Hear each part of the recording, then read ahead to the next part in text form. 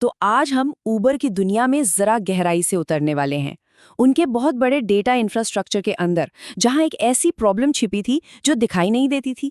और ये प्रॉब्लम इतनी बड़ी थी कि इसे सुलझाने का तरीका भी उतना ही शानदार था।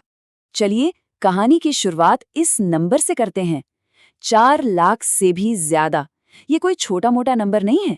ये उन खास प्रोग्राम्स की संख्या है जिन्हें ऊबर हर रोज अपने विशाल डेटा को प्रोसेस करने के लिए चलाता है। इससे आप अंदाजा लगा सकते हैं कि हम कितने बड़े स्केल की बात कर रहे हैं।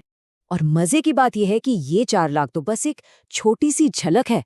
इसके ऊपर से लाखों और डेटा ऑपरेशंस हैं जो हर रोज हर पल चलते रहते हैं। मतलब एक बहुत ही कॉम्प्लेक्स, एक बहुत ही बड़ा डेटा का जाल।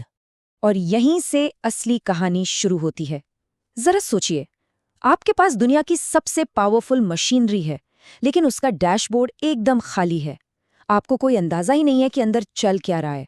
बस यही प्रॉब्लम ऊबर फेस कर रहा था। तो चलिए इस प्रॉब्लम को थोड़ा और समझते हैं।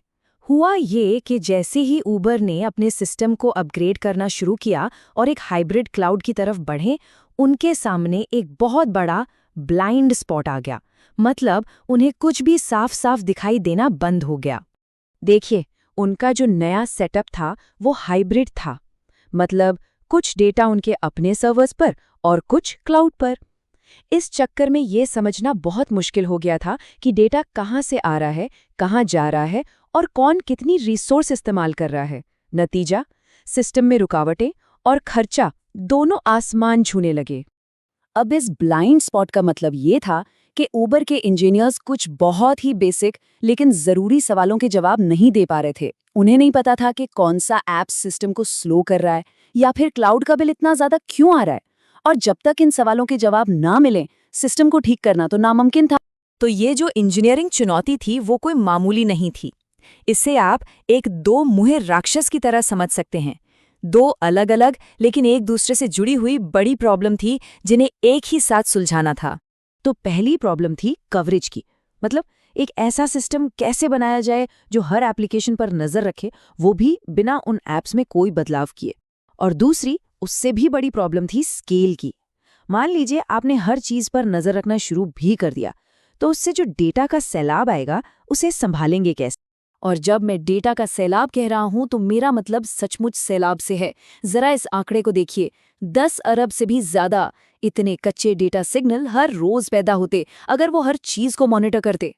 मतलब साफ था, इतना सारा डेटा किसी भी नॉर्मल मॉनिटरिंग सिस्टम को कुछ ही मिनटों में ठप कर देता। तो सिर्फ डेटा इकट्ठा करना ही काफी नहीं था, उसे प्रोसेस करना अपने आप में एक बहुत बड़ी चुनौती थी। तो अब आते हैं ऊबर के शानदार सॉल्यूशन के पहले हिस्से पर। उन्होंने एक यूनिवर्सल टैब बनाया। इसे ऐसे समझिए जैसे एक ऐसा नल बना दिया जो किसी भी पाइपलाइन पर फिट हो सकता है और पानी के बहाव को माप सकता है। ये असल में एक बहुत ही स्मार्ट सॉफ्टवेयर लेयर थी, एक तरह का अदृश्य जासूस जो हर डेटा रिक्वेस्ट पर नजर रखता था, उसका रिकॉर्ड बनाता था। और ये सब कुछ बिना असली एप्लीकेशन को पता चले हो जाता था। एप्लीकेशन को भनक तक नहीं लगती थी कि कोई उसे देख रहा है। इसका काम करने का तरीका बहुत ही सरल और प्रभावशाली था। जब भी कोई एप्लीकेशन डेटा के लिए रिक्वेस्ट करता, ये रैपर बीच में आ जाता, चुपचाप जरूरी जानकारी रिकॉर्ड कर लेता, जैसे कितना डेटा, कितनी स्पीड से, और फिर रिक्वेस्ट को वैसे का वैसा आगे भेज देता। सिंपल लेकिन जीनियस। ठीक है, तो यूनिवर्सल टैब से डेटा का सैलाब तो आने लगा, लेकिन अब वही पुरानी समस्या, इसे काबू में कैसे करें। यहीं पर कहानी का दूसरा और शायद सबसे स्मार्ट हिस्सा सामने आता है। उन्होंने एक नया सिस्टम बनाया जिसे नाम दिया हाईकैम।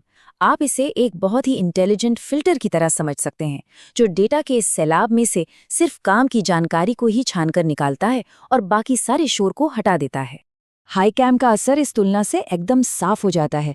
देखिए, हाईकैम से पहले क्या होता था, अरबों बेकार डेटा पॉइंट्स की बाढ़ आ जाती थी, लेकिन हाईकैम के बाद वो उन सभी को रास्ते में ही प्रोसेस करके एक छोटी काम की रिपोर्ट में बदल देता था। इसने शोर को सिग्नल में बदल दिया। और ये रहे वो आंकड़े जो इसकी कामयाबी की गवाही देते हैं। जरा इन पर नजर डालिए। डेटा की कुल मात्रा में 99% से भी ज्यादा की कमी। सोचकर देखिए, स्टोरेज की जरूरत जो पहले टेराबाइट्स में थी वो अब सिर्फ कुछ गीगाबाइट्स में सिमट गई। और सबसे बड़ी बात यह है कि ये सारी की सारी जानकारी लगभग रियल टाइम में सिर्फ 5 मिनट के अंदर मिल जाती थी। तो अब जब ऊबर ने इस दो मुँहे राक्षस को हरा दिया तो नतीजा क्या निकला? वो अंधेरे से निकलकर 20x20 विजन तक कैसे पहुंचे? चलिए देखते हैं। याद है वो सवाल जिनका जवाब उनके पास पहले नहीं था? खैर, अब उनके पास हर सवाल का जवाब था, वो भी एकदम रियल टाइम में। अब वो देख सकते थे कि कौन सा ऐप धीमा है, नेटवर्क में जैम कहाँ लगा है, किस टीम का खर्चा ज़्यादा हो रहा है और किस डेटा को कहाँ रखना चाहिए। ये देखिए, इसका एक जीता जागता सबूत। इस तरह के डैशबोर्ड से इंजीनियर्स अब एक झटके में देख सकते हैं कि कौन सी ऐप सबसे ज्यादा नेटवर्क इस्तेमाल कर रही है। ये वो क्लैरिटी थी जो उन्हें पहले कभी नहीं मिली थी। तो इस पूरे प्रोजेक्ट का निचोड़ क्या है? सीधी सी बात है, स्पीड, एफिशिएंसी और पैसों की बचत। अब इंजीनियर्स जिन समस्याओं को सुलझाने में घंटों या दिन लगा देते थे, उन्हें सेकंडों में पकड़ सकते हैं। उबर की इंजीनियरिंग टीम ने खुद इसे बहुत अच्छे शब्दों में बताया है। उन्होंने एक बिखरे हुए, अधूरे सिस्टम को एक ऐसे यूनिफाइड सिस्टम से बदल दिया जो हर जगह काम करता है, और वो भी पूरी तरह से ऑटोमेटिक तरीके से। और कहानी यहीं खत्म नहीं होती। ये सिस्टम तो बस एक मजबूत नींव है जिस पर भविष्य में और भी बेहतर चीजें बनाई जा सकती हैं, जैसे डेटा को उसकी जरूरत के हिसाब से स्टोर करना या रियल टाइम में रिसोर्सेज पर लिमिट लगाना। तो अंत में एक सवाल छोड़ जाता हूँ। अगली बार जब आप अपना कोई पसंदीदा ऐप इस्तेमाल करें तो एक पल के लिए जरूर सोचिएगा कि उसे इतना स्मूथ और बिना किसी रुकावट के चलाने के लिए पर्दे के पीछे कौन से अदृश्य सिस्टम और कितने ही इंजीनियर्स लगातार काम कर रहे हैं।